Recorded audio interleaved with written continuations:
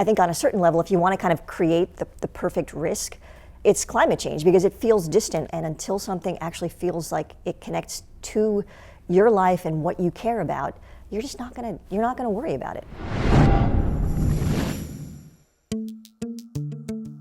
97% of qualified climate scientists say the Earth is getting hotter and humans are to blame.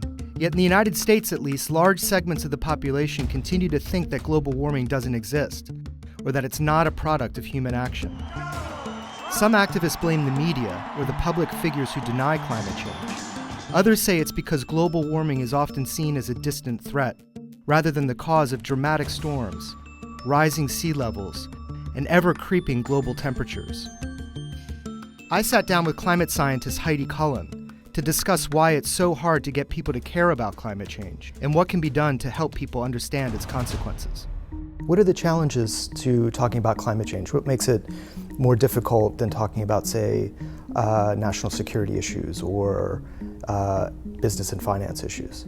The closeness of how the issue feels to us. The further something feels from us, whether it's in time, it's in space, whether it's psychologically, whether it's in terms of our value system, the less urgent it feels, and the less we're inclined to be concerned about it. I think on a certain level, if you want to kind of create the perfect risk, it's climate change, because it feels distant on all of those platforms, and until something actually feels like it connects to your life and what you care about, you're not gonna worry about it. How much do attitudes in the United States about climate change differ from other nations? In places like Latin America, in Africa, in parts of Asia, climate change ranks really high. People are incredibly concerned about it, and I think what we see is the greater a country's vulnerability, the more likely they are to really be concerned about it. And interestingly enough, in Europe and in the US and in Canada, ISIS was actually listed as the top threat. In what ways can you convey the risks associated to climate change and those possible solutions? What are some examples of how to do that? You know, it's funny, I look at California in some ways as a great example of how we're kind of grappling with this. There's been multiple studies at this point that have shown that, climate change has exacerbated the drought. The drought would not be as bad if the planet wasn't as warm as it is. And so on a certain level, that brings it closer. And I guess for me, that's why I do really think that we'll internalize climate change through the increasingly extreme weather that we experience.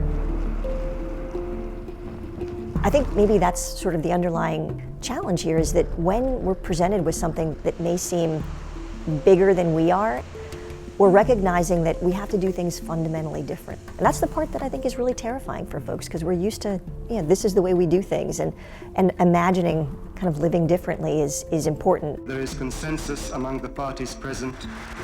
Here we are heading into UN negotiations. It's the 21st year that nations have been meeting, trying to come to an agreement on how to reduce emissions that are causing the planet to warm. It seems, based on that, this is an incredible failure of the political process. Yeah, it's not enough, and I think this is where we have to recognize that it's sort of these two things coming together. I mean, we need leadership on the issue because we can't solve it by ourselves, but at the same time, we have to give our leaders signals that we care about this. I mean, we have to pay attention to what's going on during the talks in Paris, and we really have to make it clear that we want them to walk away with an agreement, because, we can't wait another 50 years, right?